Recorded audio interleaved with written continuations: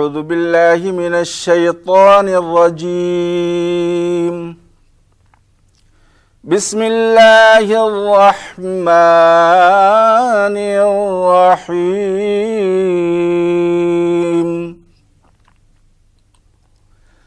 وَلَنَبْلُوَنَّكُمْ بِشَيْءٍ مِّنَ الْخَوْفِ وَالْجُوعِ وَنَقْصٍ مِّنَ الْأَمْوَالِ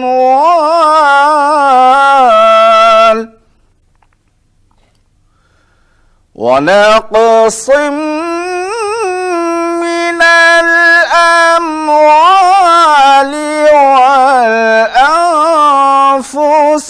والثمرات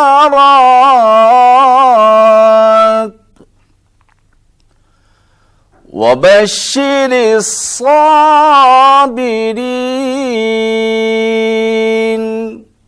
صدق الله العظيم.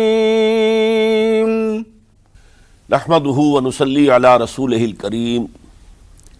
اما بعد فاعوذ باللہ من الشیطان الرجیم. بسم اللہ الرحمن الرحیم. ولا تقولوا لمن يقتل في سبيل الله اموات بل احياء ولكن لا تشعرون.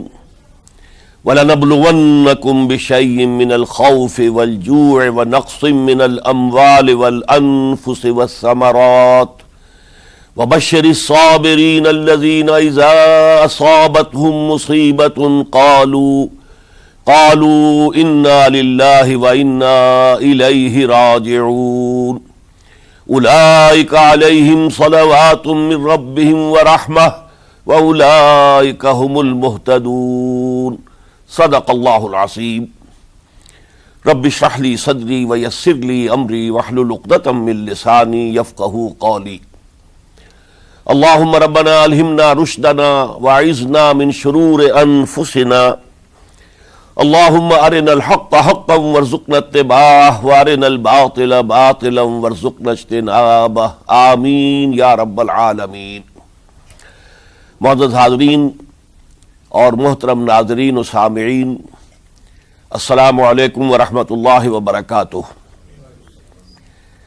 آج ہماری سہ روزہ تقاریر کی آخری کڑی ہے. آپ کو یاد ہوگا کہ سب سے پہلے خطاب میں ہم نے قرآن کا فلسفہ شہادت سمجھا. قرآن مجید میں یہ اصطلاح کس معنی میں آئی ہے، اور اس کے ساتھ ہی امت مسلمہ کا فرض منصبی. وَكَذَلِكَ جَعَلْنَاكُمْ أُمَّةً وَسَطًا لِتَكُونُوا شُهَدَاءَ عَلَى النَّاسِ وَيَكُونَ الرَّسُولُ عَلَيْكُمْ شَهِيدًا.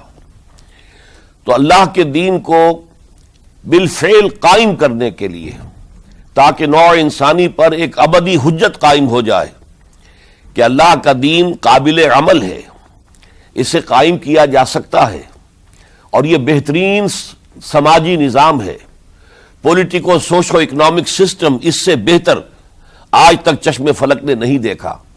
یہ حجت قائم کرنے کے لیے جن حضرات نے اپنی جانوں کا نذرانہ پیش کر دیا، گویا کہ وہ اللہ کے گواہ قرار پائے، ان کے لیے لفظ شہید استعمال کیا گیا. دوسرے لیکچر میں آپ کو یاد ہوگا کہ ہم نے یہ بات سمجھنے کی کوشش کی کہ جب اللہ کا دین جزیرہ نما عرب میں قائم ہو گیا، اور گویا کہ ہم کہہ سکتے ہیں کہ انقلاب محمدی علی صاحب الصلاۃ والسلام کی تکمیل ہو گئی، تو جیسے کہ ہر انقلاب کے ساتھ ہوتا ہے، اس کے بعد کچھ کاؤنٹر ریولوشنری موومنٹ شروع ہوئی. چنانچہ سب سے پہلے اندرون ملک عرب جھوٹے نبی کھڑے ہو گئے، نبوت کے جھوٹے دعوے دار، اور بہت سے لوگوں نے حکومت کو زکوٰۃ ادا کرنے سے انکار کر دیا. اور یہ فتنہ اتنا بڑا تھا کہ واقعہ یہ ہے کہ اگر اسے کرش نہ کر دیا جاتا تو انقلاب محمدی علی صاحب الصلاۃ والسلام اسی وقت ناکام ہو جاتا. یہ حضرت ابوبکر صدیق رضی اللہ تعالیٰ عنہ کے فضائل کا سب سے درخشاں باب ہے کہ انہوں نے اپنے عزم اور ہمت اور استقلال اور اللہ پر اعتماد، اللہ پر توکل اور بھروسے کے ساتھ ان دونوں فتنوں کو آئرن ہینڈ کے ساتھ کرش کر دیا، اور سال سوا سال ہی میں ان دونوں کاؤنٹر ریولوشنری موومنٹس کو ختم کر کے اس کے بعد انہوں نے جلد ہی اس نظام کا گویا کہ انچارج حضرت عمر رضی اللہ تعالیٰ عنہ کو بنا دیا کہ جو خلیفہ ثانی ہیں۔ پھر ہم نے دیکھا کہ حضرت عمر کے زمانے میں رضی اللہ تعالیٰ عنہ توسیع کا جو عمل ہے، توسیع انقلاب محمدی کا عمل بڑی تیز رفتاری کے ساتھ جاری ہوا، فتوحات کا سیلاب آیا، ایران پوری سلطنت تہس نہس ہو کر رہ گئی، اس کے پرچے اڑ گئے، سلطنت روما اپنے تمام شمالی افریقی مقبوضات سے محروم، مغربی ایشیا سے اسے بے دخل کر دیا گیا، صرف وہ یورپ کے اندر محدود ہو کر رہ گئی۔ اب ظاہر بات ہے کہ اس کے خلاف بھی تو پھر رد عمل ہونا تھا، کاؤنٹر ریولوشنری موومنٹس اٹھنی تھی۔ تو سب سے پہلے حضرت عمر رضی اللہ تعالی عنہ کی خلافت اور اس کے چراغ کو بجھانے کے لیے ایران کی طرف سے رد عمل ظاہر ہوا۔ ہرموزان جو ایک بڑا ان کا جرنیل تھا، اس کی سازش اور ابو لولو فیروز کے ذریعے سے حضرت عمر رضی اللہ تعالیٰ عنہ کو شہید کر دیا گیا۔ سمجھا یہ گیا تھا کہ یہ ساری عمارت شاید اسی شخصیت کی بل پر کھڑی ہے، لہذا جب میدان سے حضرت عمر ہٹ جائیں گے تو یہ خلافت کی پوری عمارت جو ہے وہ زمین بوس ہو جائے گی۔ لیکن معلوم ہوا یہ عمارت محمد کی بنائی ہوئی تھی صلی اللہ علیہ وسلم۔ کھنڈر بتا رہے ہیں عمارت عظیم تھی، بڑی عظیم عمارت تھی جو حضور نے تعمیر کی تھی، لہذا حضرت عمر کی شہادت سے کوئی فرق واقع نہیں ہوا۔ حضرت عثمان رضی اللہ تعالیٰ عنہ آ گئے میدان میں، اور میں بتا چکا ہوں آپ کو کہ ان کے دور خلافت کے جو 12 سال ہیں، ان میں سے پہلے 10 سال بالکل حضرت عمر فاروق رضی اللہ تعالیٰ عنہ کی خلافت کے دور کی مثال ہے۔ اسی تیزی کے ساتھ انقلاب جو ہے آگے بڑھ رہا تھا، فتوحات کا دائرہ پھیل رہا تھا، اور اندرون ملک پورا امن، سکون، اطمینان اور چین تھا۔ لیکن ان کی دور خلافت کے آخری دنوں میں اب یہودیوں کی طرف سے رد عمل اور ایک کاؤنٹر ریولوشنری موومنٹ عبداللہ ابن سبا کے ذریعے سے، کہ جس نے اسلام کا لبادہ اوڑھا اور منافقت کے پردے کے ساتھ وہ عالم اسلام میں داخل ہوا، اور اس نے چونکہ دیکھ لیا کہ پرانی چپقلش ہے، پرانی چشمک ہے جو قریش کے 2 بڑے قبیلوں کے مابین یا 2 بڑے گھرانوں کے مابین چلی آ رہی تھی، بنو ہاشم، بنو امیہ۔ تو پہلے 2 خلفاء جو تھے وہ نہ بنو ہاشم سے تھے نہ بنو امیہ سے تھے۔ حضرت ابو بکر صدیق بنو تیم سے تھے، حضرت عمر بنی عدی میں سے تھے، لیکن حضرت عثمان اب بنو امیہ میں سے تھے۔ اس کو انہوں نے گویا کہ دکھتی رگ بنا کر پکڑا اور پروپیگنڈا شروع کیا کہ خلافت تو بنو ہاشم کا حق ہے، کیونکہ حضور ہاشمی تھے صلی اللہ علیہ وسلم۔ تو گویا کہ عثمان غاصب ہیں رضی اللہ تعالی عنہ، بلکہ ان سے دونوں پہلو جو تھے حضرت عمر اور حضرت ابو بکر وہ بھی غاصب ہیں۔ اس کے ساتھ ہی فتنے کی مختلف شکلیں انہوں نے شروع کی۔ یہ الفتنۃ الکبریٰ کہلاتا ہے ہماری تاریخ میں، عظیم ترین فتنہ، جس کے نتیجے میں حضرت عثمان رضی اللہ تعالیٰ عنہ شہید ہو گئے۔ اور ان کی شہادت کے بعد اگرچہ خلافت حضرت علی رضی اللہ تعالیٰ عنہ کے ہاتھ میں آئی، لیکن یہ کہ باہمی خانہ جنگی کا وہ سلسلہ شروع ہوا جو حضرت علی کے دور خلافت جو 5 سالوں پر مشتمل ہے، اس کے دوران مسلسل خانہ جنگی رہی۔ ایک طرف شیعان علی تھے، دوسری طرف شیعان عثمان آ گئے، جو حضرت عثمان رضی اللہ تعالیٰ عنہ کے قتل کے قصاص کے مطالبے کو لے کر سامنے آئے۔ جنگ جمل ہوئی، ایک رات میں 10,000 مسلمان شہید ہوئے۔ جنگ صفین میں 74,000 مسلمان شہید ہوئے۔ جنگ نہروان میں پھر 4,000 مسلمان شہید ہوئے۔ یہ شہادتیں جو چل رہی تھی، یہ کس لیے چل رہی تھی کہ جو بھی عمارت خلافت کی قائم ہوئی تھی اب اسے قائم رکھا جائے، اغیار کی طرف سے جو سازشیں ہو رہی ہیں، جو حملے ہو رہے ہیں، اسے ختم کرنے کے لیے ان کا مقابلہ کیا جائے۔ تو یہ اور اس کا یہ دور ختم ہوتا ہے حضرت علی کی شہادت پر رضی اللہ تعالی عنہ۔ اور یہ بات نوٹ کر لیجئے کہ حضرت علی کو شہید کرنے والے وہ خارجی تھے۔ عبد الرحمن ابن ملجم خارجی طبقے سے تعلق رکھتا تھا، جو پہلے حضرت علی کے لشکر میں شامل تھے، لیکن جب حضرت علی نے رضی اللہ تعالی عنہ تحکیم اور ثالثی کی تجویز قبول کر لی تو وہ ناراض ہو گئے کہ اللہ تعالیٰ ہی ہے حاکم اور حکم، ان الحکم الا للہ، یہ انسانوں کو حکم کیوں بنا لیا گیا؟ اور اس میں اتنی شدت اختیار کی کہ وہ علیحدہ ہو گئے، اس لیے انہیں خوارج کہا گیا۔ انہوں نے رائے یہ قائم کر دی جو مسلمان کبھی کوئی گناہ کبیرہ کا ارتکاب کرے گا وہ کافر قرار پائے گا، جب کافر ہوگا تو گویا کہ مرتد ہے تو واجب القتل، اس کا مال، اس کی عزت سب مباح ہے۔ یہ ہمارا سب سے پہلا گمراہ ترین فرقہ تھا۔ انہی میں سے 3 افراد نے بیٹھ کر اسکیم بنائی کہ یہ 3 افراد ایسے ہیں کہ جن کو اگر میدان سے ہٹا دیا جائے تو شاید مسلمانوں کی باہمی خانہ جنگی ختم ہو جائے اور مسلمان پھر کسی ایک خلیفہ پر راضی ہو جائیں، اور یہ تینوں کافر ہیں، معاذ اللہ ثم معاذ اللہ۔ حضرت علی کافر ہیں، ان کو قتل کرنے کی ذمہ داری عبد الرحمن ابن ملجم نے لی۔ حضرت معاویہ قاتل ہیں، ان کے لیے کسی اور کو اسائن کیا گیا۔ عمرو بن العاص قاسم ہیں، ان کے لیے کسی اور کو اسائنمنٹ دی گئی۔ ہوا یہ کہ حضرت عمرو بن العاص وہ تو اس روز فجر کی نماز میں آئے نہیں، ان کی جگہ جو امام تھا وہ شہید کر دیا گیا۔ حضرت معاویہ رضی اللہ تعالی عنہ ان پر وار اوچھا پڑا، زخمی تو ہوئے لیکن یہ کہ پھر تندرست ہو گئے۔ حضرت علی رضی اللہ تعالی عنہ پر بہت کاری وار ہوا اور حضرت علی رضی اللہ تعالی عنہ کی شہادت سن 35 ہجری میں ہو گئی۔ یہ جو خلافت راشدہ کا اختتام یا تو سن 35 ہجری میں حضرت علی کی شہادت سے سمجھا جائے گا، یا میری ذاتی رائے ہے کہ نہیں، اس میں حضرت حسن کا دور خلافت بھی شامل ہونا چاہیے۔ حضرت حسن کو کسی نے نامزد نہیں کیا تھا، نہ انہوں نے اپنی امیدواری کے ساتھ اپنے طاقت کے بل پر خلافت حاصل کی تھی، بلکہ حضرت علی سے جب یہ کہا گیا تھا کہ کیا ہم آپ کے بیٹے حسن کے ہاتھ پر بیعت کر لیں، تو انہوں نے فرمایا تھا کہ میں نہ تمہیں روکتا ہوں نہ حکم دیتا ہوں، یہ تمہارا معاملہ ہے، تم جسے مناسب سمجھو اس کے ہاتھ پر بیعت کر لو۔ حضرت حسن رضی اللہ تعالیٰ عنہ نے جن کے ہاتھ پر جو بیعت ہوئی، تو اب معاملہ یہ ہو گیا کہ امیر معاویہ رضی اللہ تعالیٰ عنہ وہ ایک لشکر لے کر شام سے چلے۔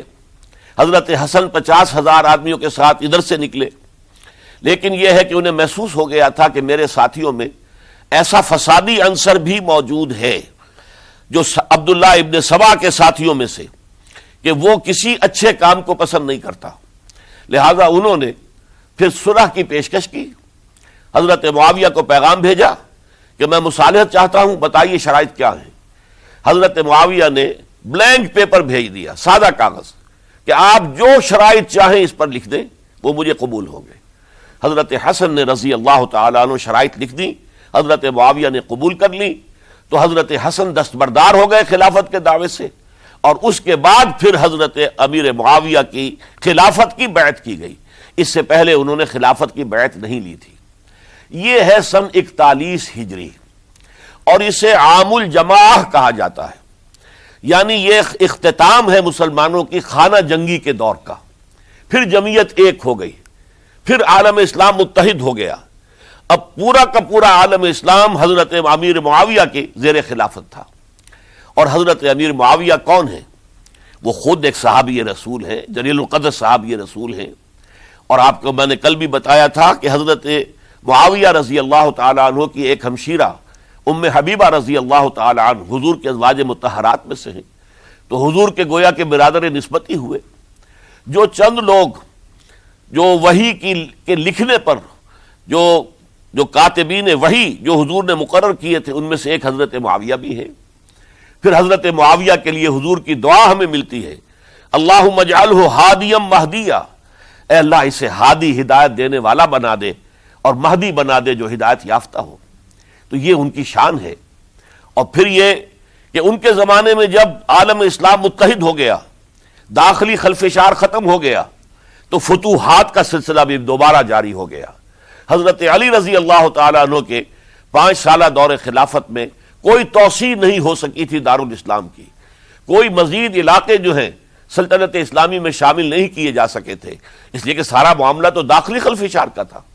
جو خانہ جنگی ہو رہی تھی، ایک دوسرے کی تیروں اور تلواروں اور نیزوں سے 1 لاکھ کے قریب مسلمان ختم ہو گئے تھے، تو اندر سے گویا کہ موشن ٹوٹ گیا اس سیلاب کا۔ تو سیلاب پھر دوبارہ جب امت جمع ہو گئی عام الجماع کے بعد، تو حضرت معاویہ رضی اللہ تعالیٰ عنہ ان کا دور خلافت اب 20 برس ہے، اندازہ کیجئے۔ یہ پورے 20 برس کوئی اندرونی خلفشار نہیں ہوا، کوئی جھگڑا نہیں ہوا، کوئی فساد نہیں ہوا، بلکہ جو فتوحات کا دائرہ تھا شروع ہو گیا۔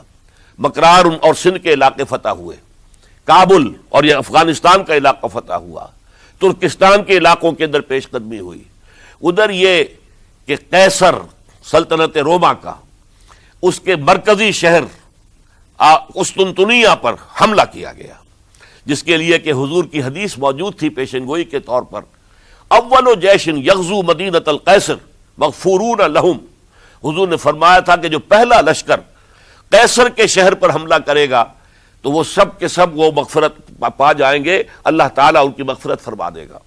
اگرچہ کامیابی نہیں ہوئی، لیکن اس پیشن گوئی کی وجہ سے آپ کو معلوم ہے کہ حضرت ایوب رضی اللہ تعالی عنہ، ان کو بھی اس پیشن گوئی کی وجہ سے، حالانکہ 90 برس سے اوپر عمر تھی، لیکن وہ بھی کہا انہوں نے کہ میں بھی اس میں جانا چاہتا ہوں، چنانچہ اس لشکر میں گئے، وہیں فوت ہوئے۔ بہرحال یہ سارے کارنامے اپنی جگہ پر، امن و امان اپنی جگہ پر، اس کے باوجود اہل سنت والجماعت حضرت معاویہ کے دور خلافت کو خلافت راشدہ میں شامل نہیں سمجھتے۔ اس کی وجہ کیا ہے؟ خلافت راشدہ کی شرط اولین قرآن مجید کے حکم کے مطابق امرہم شورا بینہم، مسلمانوں کے باہمی معاملات باہمی مشورے سے طے پاتے ہیں۔ حضرت ابوبکر صدیق رضی اللہ تعالیٰ عنہ سقیفہ بنی سعدہ کے اندر مشورے کے بعد ان کو منتخب کیا گیا اور ان کے ہاتھ پر بیعت ہوئی۔ حضرت عمر رضی اللہ تعالیٰ عنہ کو حضرت ابوبکر نے مسلمانوں سے مشورہ کر کے پھر نامزد کیا۔ حضرت عثمان کے لیے حضرت عمر رضی اللہ تعالیٰ عنہ نے اپنے جانشین کے لیے 6 افراد پر مشتمل کمیٹی بنا دی، جو بڑے سے بڑے جو اصحاب، جو جن کے بارے میں کہا گیا ہے کہ جن کو دنیا ہی میں بشارت دے دی گئی تھی، جو عشرہ مبشرہ میں سے جو باقی تھے، ان کے اوپر مشتمل کمیٹی بنا دی کہ آپ لوگ طے کر لیں اور اپنے سے کسی ایک پر جمع ہو جائیں۔ اس اعتبار سے حضرت علی کے ہاتھ پر بھی جو بیعت ہوئی ہے تو وہ اہل مدینہ کے دباؤ پر ہوئی ہے، ان کے مطالبے پر ہوئی ہے۔ حضرت علی خود جو ہے وہ خلافت کے مدعی نہیں تھے، بلکہ انکار کرتے رہے، چونکہ فتنے کا دور تھا، حضرت عثمان شہید ہوئے تھے، مسلمانوں کے دل زخمی تھے۔ اس حالت میں وہ سمجھتے تھے کہ اگر میں یہ خلافت جو ہے اپنے ہاتھ میں لے لوں گا تو ہو سکتا ہے کہ اس کا حق ادا نہ کر سکوں، لیکن یہ کہ جب انہوں نے دیکھا کوئی اور بھی تیار نہیں، طلحہ بھی تیار نہیں، زبیر بھی تیار نہیں، تو آخر مسلمانوں کو بغیر امارت کے چھوڑا تو نہیں جا سکتا، تو حضرت علی نے وہ قبول کر لی۔ حضرت حسن کے بارے میں بتا چکا ہوں کہ ان کے بارے میں لوگوں نے کہا تو حضرت علی نے فرمایا میں نہ حکم دیتا ہوں نہ روکتا ہوں۔ لیکن حضرت امیر معاویہ رضی اللہ تعالیٰ عنہ صحابی بھی ہیں، حضور کے قرابت دار بھی ہیں، کاتبین وحی میں سے بھی ہیں، پھر ان کا دور حکومت امن، سکون، اطمینان ہر طرح سے جو ہے 20 برس تک کوئی داخلی خلفشات نہیں ہوا، کوئی فساد نہیں ہوا، کوئی باہمی جنگ و جدل نہیں ہوا، بلکہ فتوحات کا دائرہ آگے بڑھا۔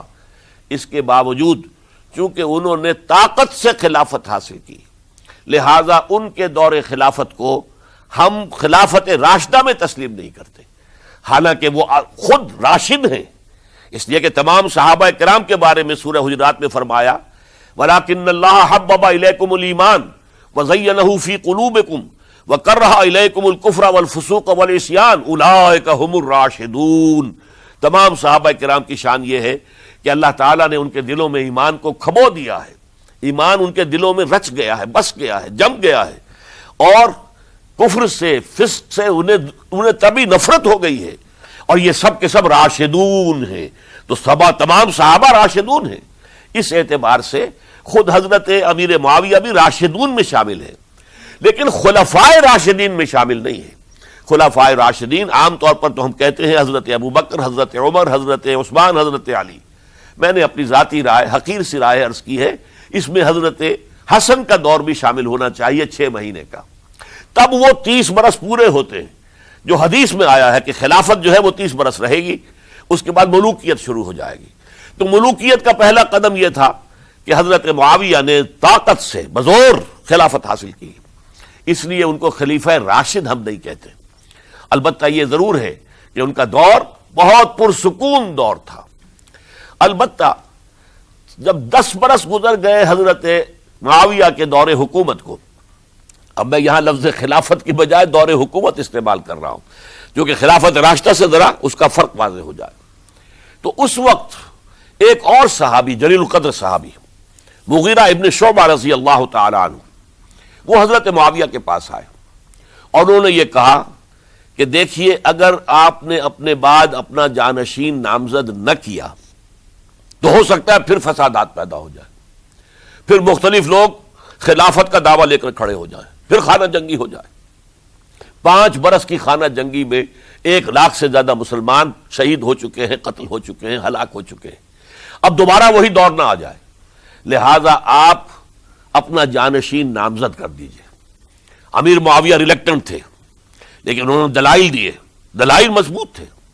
انہوں نے کہا کہ اب کبار صحابہ دنیا سے رخصت ہو چکے، وہ جماعت کہ جن کی تربیت اور تزکیہ، جن کی تعلیم حضور نے خود کی تھی اور ان کو اندر سے پاک کر دیا تھا، ان کی نیتیں بالکل پاک ہو چکی تھی، کوئی نفسانیت ان میں نہیں رہی تھی، وہ جماعت تو اکثر و بیشتر اب ختم ہو چکی، فوت پا چکے، وفات ہو چکی۔ لہذا اب جو ہے اکثر و بیشتر نو مسلم ہیں جو بعد کے فتوحات کے ذریعے سے اسلام لائے ہیں، لہذا ان کے اندر نہ وہ پختگی ہے، نہ ان کے اندر وہ تقویٰ ہے، نہ تدین ہے، نہ اصول پرستی ہے۔ اسلام کی پوری تعلیمات جو ہیں وہ ان کے وجود کے اندر، ان کے شعور کے اندر گہری اتری ہوئی نہیں ہے۔ لہذا اب صورتحال وہ نہیں رہ سکے گی جو حضرت ابو بکر یا حضرت عمر یا حضرت عثمان یا حضرت علی کے زمانے میں تھی، لہذا آپ نامزد کیجئے۔ یہ بھی بتا دوں کہ مغیرہ ابن شعبہ کون تھے رضی اللہ تعالیٰ عنہ۔ نمبر 1 یہ ہے کہ یہ اصحاب شجرہ میں شامل ہیں، جن 1400 یا 1800 افراد نے حضور سے بیعت کی تھی صلح حدیبیہ سے متصل قبل، اس درخت کے نیچے بیٹھ کر، جس کے بارے میں سورہ فتح میں فرمایا گیا کہ لقد رضی اللہ عن المؤمنین اذ یبایعونک تحت الشجرہ، اللہ ان تمام اہل ایمان سے راضی ہو گیا جو ہے نبی صلی اللہ علیہ وسلم آپ کے دست مبارک پر بیعت کر رہے تھے اس درخت کے نیچے، ان میں سے موجود، ان میں یہ مغیرہ ابن شعبہ ہے۔ پھر مغیرہ ابن شعبہ وہ ہیں کہ حضرت علی اور امیر معاویہ ان کے درمیان جو خانہ جنگی ہوئی اس میں ہمیشہ حضرت علی کے ساتھ رہے، حضرت علی کے ہی وہ سپورٹر تھے، ان کے ساتھ تھے۔ اس پہلو سے اچھی طرح سمجھ لیجئے کہ یہ نہیں ہے کہ وہ در حقیقت کو پہلے سے وہ امیر معاویہ کے ساتھی تھے، نہیں، لیکن اب جو صورتحال وہ دیکھ رہے تھے، جہاں دیدہ انسان تھے، بہت بڑے سیاستدان تھے، جانتے تھے حالات کو، حالات کے نفس پر ان کا ہاتھ تھا، لہذا انہوں نے یہ مشورہ دیا اور پھر امیر معاویہ نے اس مشورے کو قبول کر لیا اور یزید کی ولی عہدی کا اعلان کر دیا۔ یہ بالکل مڈل ہے حضرت امیر معاویہ کے دور خلافت کا درمیان۔ یہ 10 سال جب ہو گئے تھے حضرت امیر معاویہ کی خلافت کو یا حکومت کو، تب یہ معاملہ پیش آیا اور یزید کے ہاتھ پر یہ بیعت ولی عہدی تمام جو بھی مختلف گورنرز تھے ان کے ذریعے سے کہہ دیا گیا اپنے اپنے علاقے کے لوگوں سے بیعت لے لو۔ یہ بیعت عام طور پر لوگوں نے کر لی، البتہ 5 شخصیتیں جو بہت نمایاں تھیں انہوں نے اس بیعت سے انکار کیا۔ ان میں کون تھے ذرا نوٹ کیجئے۔ حضرت ابو بکر فوت ہو چکے، ان کے بیٹے عبد الرحمن ابن ابی بکر۔ حضرت عمر فوت ہو چکے، ان کے بیٹے عبداللہ ابن عمر۔ حضرت زبیر فوت ہو چکے، ان کے بیٹے عبداللہ ابن زبیر۔ حضرت عباس فوت ہو چکے، ان کے بیٹے عبداللہ ابن عباس۔ حضرت علی شہید ہو چکے، ان کے بیٹے حسین ابن علی رضی اللہ تعالی عنہم اجمعین۔ یہ 5 جو امت کے بہت بڑے 5 افراد کے گویا کے وہ چشم و چراغ تھے ان گھرانوں کے، انہوں نے انکار کیا۔ اور ان میں خاص طور پر عبد الرحمن ابن ابی بکر نے یہ جملہ کہا کہ تم چاہتے ہو کہ قیصر و کسریٰ کی سنت پر عمل کرو کہ باپ کے بعد بیٹا حاکم بن جائے، یعنی ایک قدم تو خلافت کا نظام پہلے ہی نیچے اتر چکا۔ مشاورت سے تو حضرت امیر معاویہ کا بھی جو نسب ہوا ہے وہ مشاورت سے نہیں ہوا۔ ایک درجے میں وہ جو اللہ تعالیٰ کے رسول نے عمارت بنائی تھی شاندار، اس خلافت کا جو سیاسی نظام تھا اس میں ایک تو کڑی آ چکی زوال کی کہ ایک شخص نے طاقت کے ذریعے سے خلافت حاصل کر لی۔ اب اس کی اگلی کڑی لانا چاہتے ہو کہ قیصر و کسریٰ کے طریقے سے خاندان کے اندر، ایک قبیلے کے اندر یہ خلافت جو ہے یا حکومت جو ہے نسل بعد نسل، باپ کے بعد بیٹا اور بیٹے کے بعد پوتا، اس کو ہم کبھی گوارا نہیں کریں گے۔ حضرت امیر معاویہ بہت دانشمند انسان تھے، انہوں نے ان پانچوں حضرات پر کوئی تشدد نہیں کیا، کوئی جبر نہیں کیا، بلکہ رہنے دیا، ٹھیک ہے یہ بیعت نہیں کر رہے، ابھی تو بیعت ولی عہدی ہے، کوئی حرج نہیں۔ لہذا کوئی جھگڑا، کوئی اس وجہ سے کوئی فساد، اس بنا پر کوئی جنگ نہیں ہوئی۔ 10 سال گزر گئے، یعنی 10 سال تک یزید ولی عہد رہا ہے، 10 سال تک، اور اس سوائے ان 5 بڑی شخصیتوں کے جو پوری امت تھی، عوام الناس تھے، ان سب نے اسے قبول کیا۔ یہ صورتحال اب جب پیدا ہوئی جب حضرت امیر معاویہ کا انتقال ہو گیا، یہ سن 60 ہجری ہے، اب سوال پیدا ہوا کہ وہ ولی عہدی کی بیعت اب بیعت خلافت میں منتقل ہو جائے گی۔ لہذا پھر یہ ہوا کہ سب لوگوں سے، سب گورنروں کو لکھ دیا گیا تمام صوبوں کے اندر کہ اپنے اپنے لوگوں سے بیعت لے لو۔ ظاہر بات ہے کہ وہاں کوئی ریفرنڈم نہیں ہوتا تھا، کوئی ووٹ نہیں ہوتے تھے کہ اس کی پرچیاں ڈالی جا رہی ہوں، ایک ایک شخص سے رائے لینا نہیں ہوتی تھی، بلکہ اس وقت کی جمہوریت یہ تھی اور شورائیت یہ تھی کہ ڈفرنٹ کلینز ہیں، ڈفرنٹ فیملیز ہیں، ڈفرنٹ ٹرائبز ہیں، ان کے سردار، ان کے بڑے لوگ، ان کے اہم لوگ بیعت کر لیں تو گویا کہ سب کی بیعت ہو گئی۔ وہ ایک قبائلی نظام تھا، اور اس میں یہ نہیں تھا نظام کے ووٹ بنے ہوئے ہوں اور اس کی پرچیاں ڈالی جا رہی ہوں۔ تو تمام عالم اسلام نے گویا کہ بیعت قبول کر لی اب یزید کی بحیثیت خلیفہ۔ اب وہ جو 5 آدمی تھے ان میں سے ایک فوت ہو چکے تھے، حضرت عبد الرحمن ابن ابی بکر رضی اللہ تعالی عنہما، دونوں فوت ہو گئے، لیکن باقی 4 رہ گئے۔ ان چاروں کو نوٹ کیجئے، اور یہ بڑا سینسٹیو ایشو ہے جس پر میں اب گفتگو کر رہا ہوں۔ ان چاروں میں کون ہیں؟ عبداللہ ابن عباس، عمر میں سب سے بڑے وہ ہیں، اور ان کی شان یہ ہے کہ انہیں حبر الامہ کہا گیا ہے، امت کے سب سے بڑے عالم، اور قرآن مجید کے وہ سب سے پہلے مفسر ہیں۔ اصل جو جتنی بھی تفسیری روایات ہمیں ملتی ہیں حضرت عبداللہ ابن عباس کے شاگردوں سے، تابعین سے، لہذا ان کا بہت اونچا مقام ہے۔ حضرت عبداللہ ابن عمر، ان کا مقام بھی آپ کو معلوم ہے، حدیثوں کی کتنی بڑی تعداد ہے جو عبداللہ ابن عمر سے مروی ہے، اور اس کو سلسلۃ الذہب کی پہلی کڑی کہا جاتا ہے۔ روایت حدیث میں جو سنہری زنجیر ہے اس کا آغاز حضرت عبداللہ ابن عمر ہے۔ ایک طرف یہ دونوں ہو گئے، ان دونوں کی رائے کیا ہوئی؟ اگرچہ کام غلط ہوا ہے، یہ اس طریقے سے قیصر و کسریٰ کی روایت پر عمل کرنا غلط ہے، لیکن یہ اتنی بڑی غلطی نہیں ہے کہ اس کی وجہ سے باہمی جنگ و جدال ہو، خوریزی ہو، ایک دوسرے کی گردنیں کاٹی جائیں اور فتنہ و فساد پیدا کر دیا جائے۔ لہذا انہوں نے یزید کی بیعت کر لی۔ 2 حضرات رہ گئے، یہ نسبتاً نوجوان ہیں، ان دونوں کی پیدائش ہجرت کے بعد ہوئی ہے۔ ہجرت کے بعد پہلا بچہ جو مہاجرین میں پیدا ہوا ہے وہ عبداللہ ابن زبیر ہیں، بلکہ کچھ عرصے تک مہاجرین میں جب کوئی پیدائش نہیں ہوئی تو وہ مکے مدینے کے منافقین نے کہنا شروع کر دیا تھا کہ یہ یہاں کے کمزور ہو گئے، نامرد ہو گئے، ان کی اولاد اب چلے گی نہیں۔ تو عبداللہ ابن زبیر جب پیدا ہوئے، اور آپ کو معلوم ہونا چاہیے وہ حضرت ابوبکر صدیق کے نواسے ہیں، حضرت عائشہ صدیقہ کی ہمشیرہ حضرت اسما کے بیٹے ہیں عبداللہ ابن زبیر، اور زبیر بہت شجاع، بہت ہی بہادر انسان تھے۔ تو عبداللہ ابن زبیر کے اندر بھی وہی کیفیات تھی۔ انہوں نے کہا نہیں، اس غلطی کو ہم برداشت نہیں کریں گے، خورزی ہوتی ہے تو ہو، لیکن ہم اسلامی نظام کو نیچے اترتا ہوا نہیں دیکھ سکتے۔ جیسے کبھی حضرت ابو بکر نے فرمایا تھا ایبدل الدین وانا حی، کیا دین میں ترمیم اور تنسیخ کر دی جائے گی؟ دین کو بدل دیا جائے گا، دین میں تحریف کر دی جائے گی، جبکہ میں ابھی زندہ ہوں، میں جیتے جی یہ نہیں ہونے دوں گا۔ حضرت عبداللہ ابن زبیر کی یہ رائے ہوئی، وی ہیو ٹو چیلنج، ہم مقابلہ کریں گے، ہم اسے پیسیولی قبول نہیں کریں گے۔ انہوں نے بیعت سے انکار کیا اور مدینہ چھوڑ کر مکے جا کر حرم کے اندر پناہ گزین ہو گئے۔ یہی معاملہ حضرت حسین ابن علی رضی اللہ تعالی عنہما کا تھا، وہ بھی نہایت شجاع، نہایت جری، نہایت بہادر۔ انہوں نے بھی کہا کہ یہ غلط قیصر و کسریٰ کی روایت جو شروع ہو رہی ہے اسے ہم نے ریزسٹ کرنا ہے اور اسے ہم آگے نہیں چلنے دیں گے۔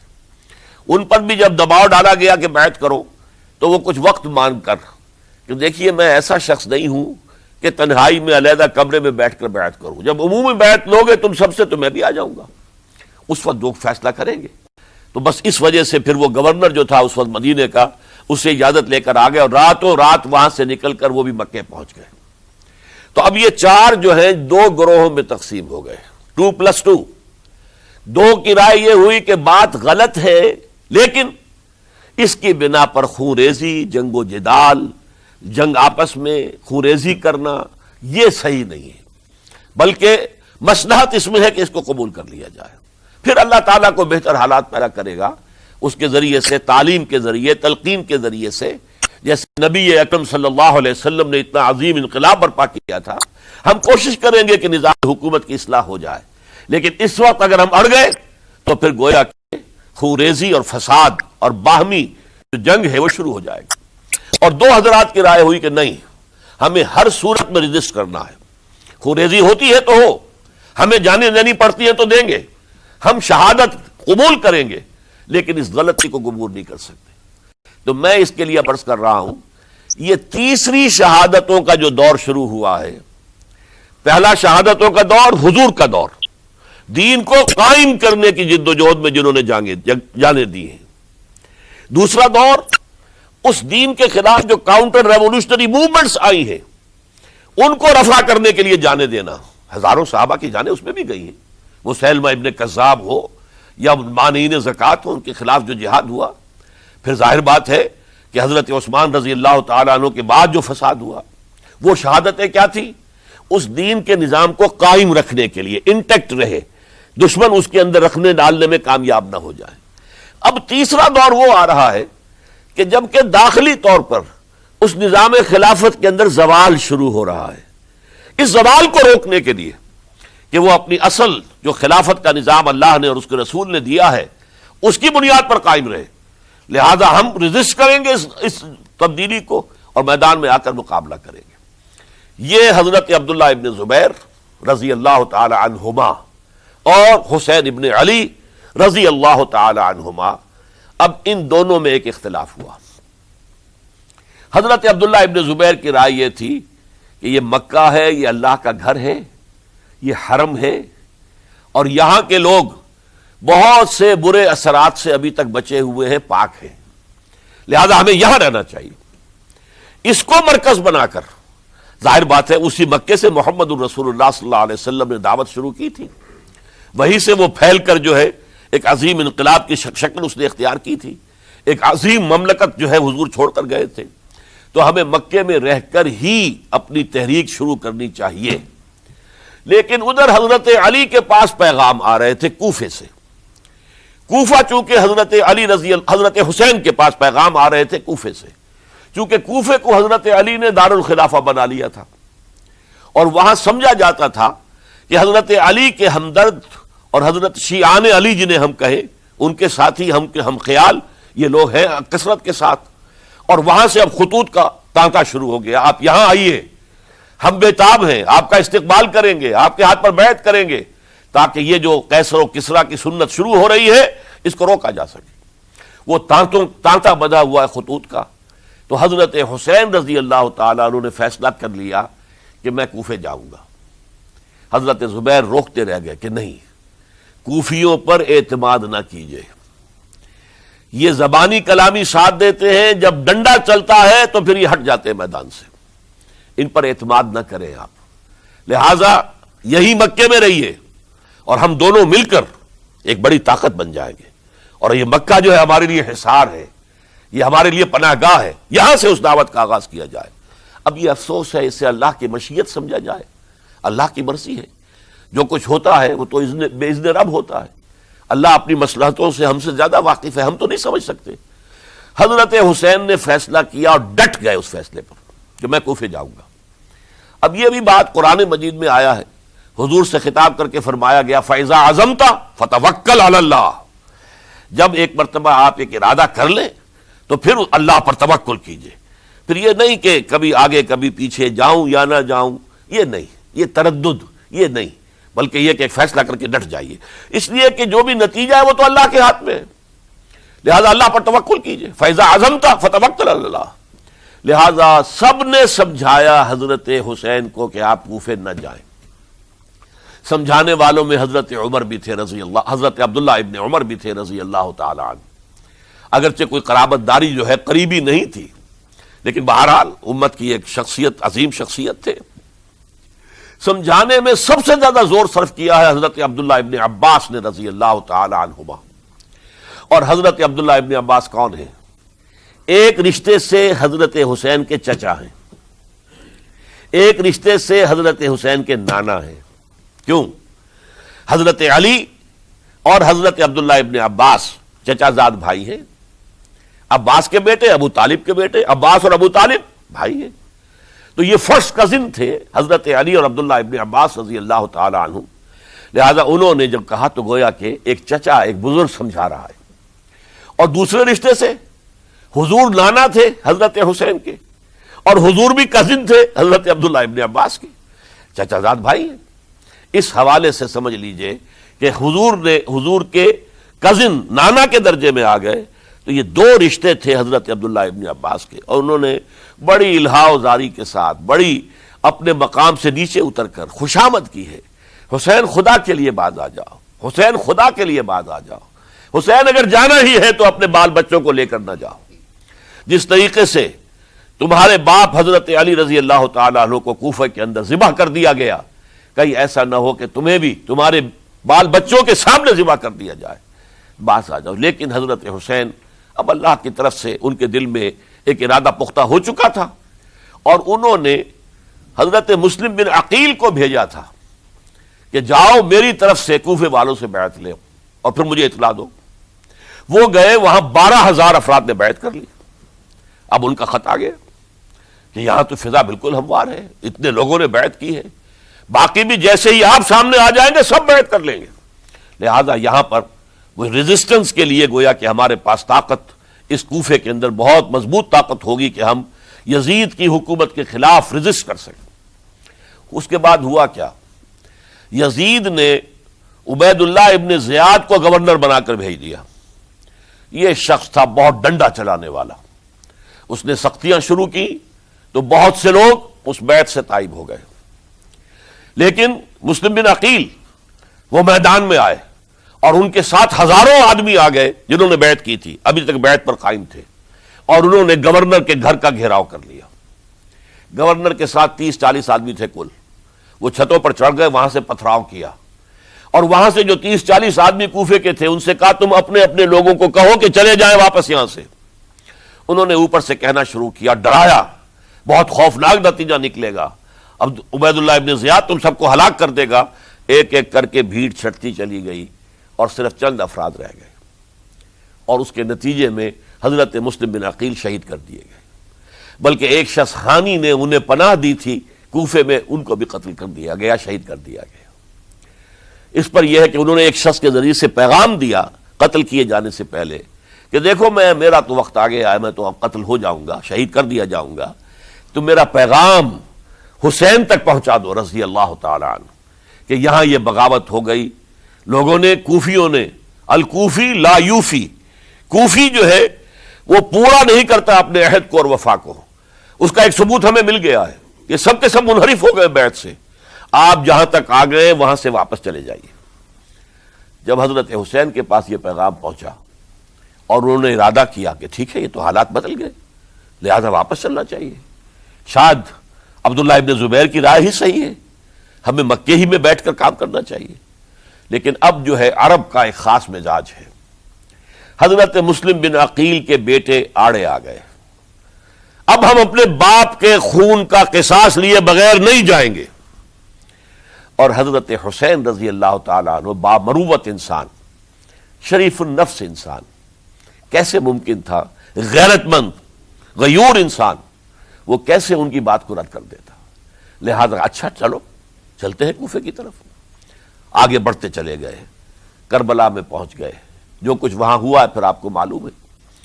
اس میں یہ بات ہے، پہلے 1000 کا لشکر بھیجا تھا عبید اللہ ابن زیاد نے، اس پر حضرت حسین رضی اللہ تعالیٰ عنہ نے جو باتیں کہیں وہ کچھ اثر انداز ہو گئی۔ ان کا افسر جو تھا حر بن یزید تمیمی، وہ بعد میں حضرت حسین کا حامی ہو گیا، اور حضرت حسین کے ساتھ ہی اس کو بھی شہادت نصیب ہوئی۔ پھر دوسرے کو بھیجا عمرو ابن سعد. عمرو ابن سعد بھی ایک بڑی عظیم شخصیت کا بیٹا تھا. حضرت سعد ابن ابی وقاص جو فاتح ایران تھے اور جن کو غزوہ احد کے موقع پر حضور نے فرمایا تھا کہ اے سعد تیر چلاؤ، میرے ماں باپ تم پر قربان ہوں. جبکہ احد میں گھیراؤ کر لیا تھا حضور کا اور کفار قتل کرنے کے لیے ہجوم کر رہے تھے، اور کچھ حضرات تیر چلا چلا کے انہیں پھینک رہے تھے، دور جو ہے ہٹا رہے تھے. ان میں سے حضرت سعد ابن ابی وقاص بھی تھے. پھر وہ فاتح ایران تھے، اسی لیے گورنر بن گئے تھے ایران کے. سعد جو ہے ان کا بیٹے یہ عمرو جو ہے یہ اب ایک بڑے صوبے کا گورنر بھی تھا. اس وقت 4000 آدمی دے کر بھیجا. وہ بھی نرمی کرتا رہا، اس نے کوئی تشدد نہیں کیا. اس کے اندر بہرحال اپنے عظیم باپ کے خون کا کچھ اثر تھا. لیکن یہ کہ پھر ابن زیاد کو اطلاع مل گئی کہ عمرو ابن سعد جو ہے وہ تو لے تو لال کر رہا ہے، حملہ نہیں کر رہا، قتل نہیں کر رہا، بلکہ یہ کہ وہ تو اس راستہ بھی دینے کے لیے تیار ہے کہ نہ مدینے کی طرف جائیے اور نہ آپ مکے کی طرف جائیے، نہ کوفے کی طرف جائیے، بلکہ آپ چاہے تو دمشق چلے جائیں، یزید سے اپنا معاملہ کر لیں. اس پر ابن زیاد نے پھر وہاں سے خط لکھا ہے، میں نے تمہیں اس کام کے لیے بھیجا تھا، میں نے تمہیں حکم دیا تھا حسین سے میری بیعت لو، یعنی میری بیعت کے ذریعے یزید کی بیعت لو اور اسے پکڑ کر لا کر میرے سامنے پیش کرو. لہذا پھر اس نے ایک بہت خونخوار شخص کو زیادہ فوج دے کر بھیجا ہے، اور وہ جو ہے اس نے آ کر جو ہے شمر نے پھر اس نے فیصلہ کن معاملہ کیا. حضرت حسین رضی اللہ تعالیٰ عنہ نے ان دنوں میں جو وہاں گزرے ہیں، جتنے بھی کوفی آئے ہوئے تھے نا، اکثر و بیشتر تو کوفے کے لوگ تھے، ان سے کہا کہ میں خود نہیں آیا، تم نے مجھے بلایا تھا. اے فلاں ابن فلاں، کیا تم نے مجھے خط نہیں لکھا تھا کہ آؤ؟ اے فلاں ابن فلاں، کیا تم نے مجھے پیغام نہیں بھیجا تھا کہ یہاں تشریف لائیے؟ اور دیکھو میرے پاس تمہارے خطوط موجود ہیں. وہ ایک تھیلا جس میں کہ خطوط ہے وہ بھی لا کے میدان میں رکھ دیا. یہ حضرت حسین رضی اللہ تعالیٰ عنہ کی شرافت اور اپنی صاف دلی، کوئی اس کے اندر عیاری نہیں تھی ان کے اندر، معاذ اللہ ثم معاذ اللہ. لیکن یہ کہ اس کا نتیجہ اچھا نہیں نکلا. نتیجہ کیا نکلا؟ اب انہیں پتا چل گیا کوفیوں کو، اگر اب حسین زندہ دمشق پہنچ گئے یزید کے پاس تو یہ ہم سب کا بھاڑا پھوڑ دیں گے، ہماری شامت آ جائے گی. لہذا اب تو کسی صورت انہیں زندہ نہیں رہنے دینا.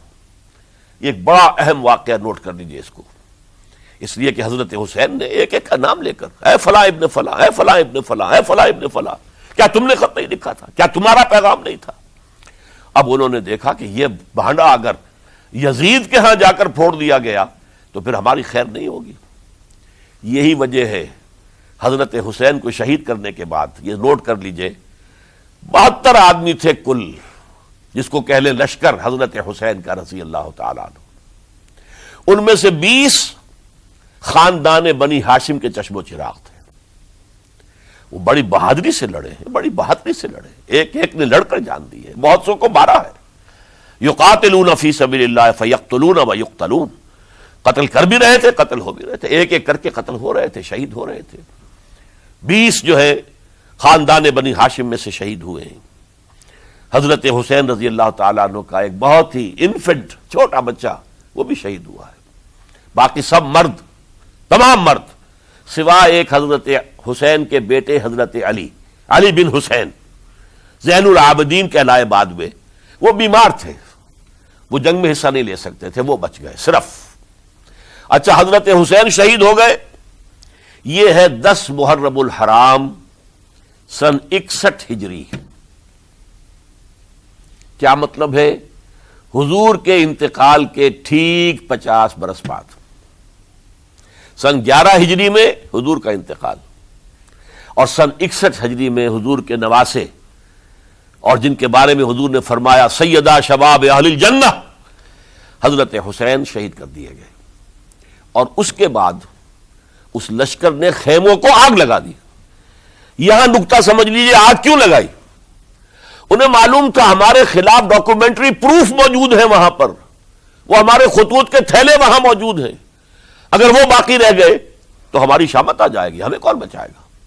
ورنہ ظاہر بات ہے کہ اگر تو وہ دشمنی کے انداز میں بات ہوتی تو خواتین کی بھی بے حرمتی کی گئی ہوتی، لیکن نہیں، کسی نے، ظاہر بات ہے کہ خانوادہ نبوت کہ کسی خاتون کی بے حرمتی نہیں کی، قطعاً نہیں کی، قطعاً نہیں کی، قطعاً نہیں کی، لیکن خیمے جلانا ان کی ضرورت تھی تاکہ وہ ریکارڈ جو ہے ان کا وہ تلف ہو جائے، سارے خطوط جو ہیں وہ جل جائیں تاکہ ان کے خلاف ثبوت باقی نہ رہے۔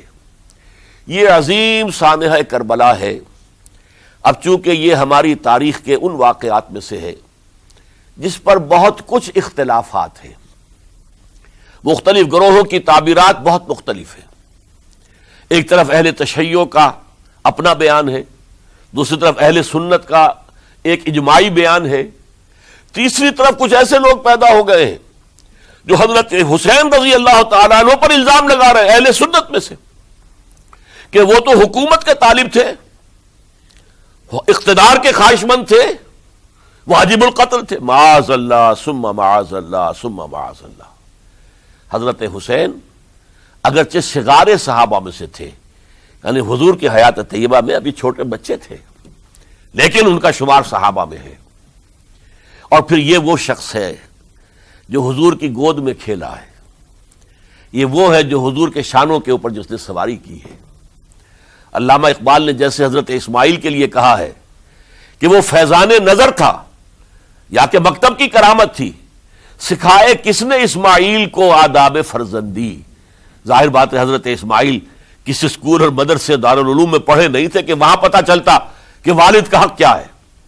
یہ فیضان نصر تھا، ابراہیم کی نگاہ کا یہ فیضان تھا کہ بیٹے کے اندر وہ جذبہ پیدا ہوا کہ یا ابت افعل ما تؤمر، ابا جان جو خواب آپ دیکھ رہے ہیں اور جو حکم آپ کو اس خواب کے ذریعے مل رہا آپ کر گزریے، ستجدنی انشاءاللہ من الصابرین۔ تو اسماعیل کا معاملہ اگر یہ تھا فیضان نظر سے، تو حضرت اسماعیل تو حضرت ابراہیم کے پاس زیادہ رہے بھی نہیں، وہ تو مکے میں رہے۔ حضرت عثمان جو حضرت ابراہیم تو شام میں رہتے تھے، کبھی کبھی آ جاتے تھے، بس اس سے زیادہ معاملہ نہیں تھا۔ وہ فیضان نظر حضرت اسماعیل کو تھا، تو حضور صلی اللہ علیہ وسلم کا فیضان نظر کتنا ہوگا اس کا آپ اندازہ کیجئے۔ یہ کوئی جنگ اقتدار نہیں تھی، معاذ اللہ ثم معاذ اللہ ثم معاذ اللہ، بلکہ انہوں نے اپنا ایک فرض منصبی سمجھا ہے کہ میرے نانا کا لایا ہوا نظام اور اس کے اصول اب ٹوٹ رہے ہیں۔ جیسے حضرت ابوبکر کا قول میں نے آج بھی آپ کو سنایا، ایبدل الدین وانا حی، کیا دین میں ترمیم اور تنسیخ کی جائے گی، دین کی باتوں کو بدل دیا جائے گا جبکہ میں ابھی زندہ ہوں۔ اسی طریقے سے گویا کہ زبان حال سے حضرت حسین اور عبداللہ ابن زبیر رضی اللہ تعالی عنہم ان دونوں نے یہ فیصلہ کیا کہ ہم روکیں گے اس کو۔ آپ اختلاف کر سکتے ہیں کہ حضرت حسین کی رائے صحیح تھی یا حضرت عبداللہ ابن عباس کی رائے صحیح تھی، یہ کہہ سکتے ہیں آپ، لیکن کسی کی نیت پر حملہ نہیں کر سکتے۔ اسی طریقے سے بعض لوگ جو ہے حضرت عبداللہ ابن عباس، عبداللہ ابن عمر، ان کی نیتوں پر حملہ کرتے ہیں۔ ان کو تو یزید نے دولت سے خرید لیا تھا، معاذ اللہ ثم معاذ اللہ ثم معاذ اللہ۔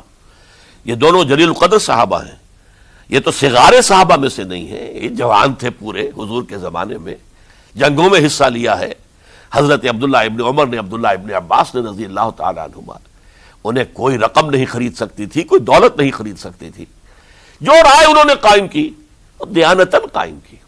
اور ہمارے ہاں اصول یہ ہے کہ جب کوئی نئی صورتحال پیدا ہو جائے اور اجتہاد کی ضرورت پیش آ جائے اور پوری کوشش کر کے مجتہد اجتہاد کر رہا ہے، تو اگر اسے غلطی بھی ہو جائے، مجتہد مخطی خطا کار، اس کو بھی اکیرا ثواب ملتا ہے، اور مجتہد مصیب وہ مجتہد کے جس کی رائے صحیح، جس کا فیصلہ صحیح، اسے دوہرا ثواب ملتا ہے۔ تو ان کے مابین ایک اختلاف رائے کا ہوا، اجتہاد کا ہوا۔ آیا یہ غلطی اتنی بڑی ہے کہ امت میں تفرقہ پیدا کیا جائے، امن و امان کو برباد کیا جائے، خوریزی کا بازار گرم کیا جائے، یا نہیں؟ دو کی رائے یہ ہوئی، ان کی مخلصانہ رائے تھی، ان کی دیانت دارانہ رائے تھی، ہم ان کی نیت پر حملہ نہیں کر سکتے، آپ اختلاف کرنا چاہیں تو کیجئے۔ اسی طرح حضرت عبداللہ ابن زبیر اور حضرت حسین ابن علی رضی اللہ تعالی عنہ، ظاہر بات ہے کہ ان کا بھی ایک اجتہادی رائے تھی کہ نہیں، یہ دین کے نظام کے اندر بہت بڑا رکھنا پڑ رہا ہے، یہ تو اب قیصر و کسریٰ کی سنت شروع ہو رہی ہے، یہ اسلام کے دین کے اوپر طریقہ نہیں، عمل نہیں ہو رہا ہے، تو ہم اسے اپنی جانوں کا نذرانہ دے کر بھی اسے روکیں گے، روکنے کی کوشش کریں گے، رکے نہ رکے ہم اپنی جانیں دے دیں گے۔ یہ بھی دیانت دارانہ رائے تھی، مخلصانہ رائے تھی، ان کی نیت پر کوئی حملہ کم سے کم اہل سنت والجماعت میں سے کسی شخص کو حق نہیں ہے۔ اس لیے کہ اہل سنت والجماعت کا کہنا یہ ہے الصحابۃ کلہم عدول، صحابہ جتنے بھی ہیں وہ سب کے سب عدول ہیں، ان میں بدنیتی نہیں آ سکتی، خطا ہو سکتی ہے۔ اہل سنت کے نزدیک معصومیت خاصہ نبوت ہے، نبوت ختم ہو گئی محمد الرسول اللہ صلی اللہ علیہ وسلم پر، آپ کے بعد معصوم کوئی نہیں، ابو بکر بھی معصوم نہیں، عمر بھی معصوم نہیں، عثمان بھی معصوم نہیں، علی بھی معصوم نہیں رضی اللہ تعالیٰ عنہ اجمعین۔ تو معصوم کون ہوگا؟ عبداللہ ابن عباس بھی معصوم نہیں، عبداللہ ابن زبیر بھی جو ہے معصوم نہیں، حسین ابن علی بھی معصوم نہیں، اسی طریقے سے عبداللہ ابن عمر، عبداللہ ابن زبیر، کوئی معصوم نہیں۔ انہوں نے اپنی رائے قائم کی ہے، اس پر عمل کیا ہے دیانت دارانہ سنسیریٹی کے ساتھ، اور ان کے لیے اللہ تعالیٰ کے ہاں ہر طرح کا اجر و ثواب ہے، سب کے لیے۔ حضرت عبداللہ ابن زبیر کی رائے اس اعتبار سے بہتر ثابت ہوئی، انہوں نے مکے میں پھر حکومت قائم کی، 9 برس تک ان کی حکومت قائم رہی، بنو امیہ ختم نہیں کر سکے اسے۔ سن 73 میں جا کر ان کی شہادت ہوئی ہے، اور ایک مرحلہ تو وہ بھی آیا تھا کہ شام اور مصر کی دونوں صوبے جو ہیں وہ بھی ان کے تحت آ گئے تھے۔ تو واقعہ یہ ہے کہ اگرچہ حضور نے ہمیں منع کیا ہے کہ کبھی یہ نہ کہا کرو کہ ایسا ہوتا تو ایسا ہو جاتا، نہیں، جو ہوا اللہ کی مرضی سے ہوا، اللہ کے اذن سے ہوا۔ حدیث کے الفاظ ہیں ان کلمۃ اللہ تفتح عمل الشیطان، یہ جو لو کاش یہ ہو جاتا، کاش یوں ہو جاتا تو بڑے اچھے نتیجے نکلتے، یہاں سے شیطان کا عمل شروع ہو جاتا ہے۔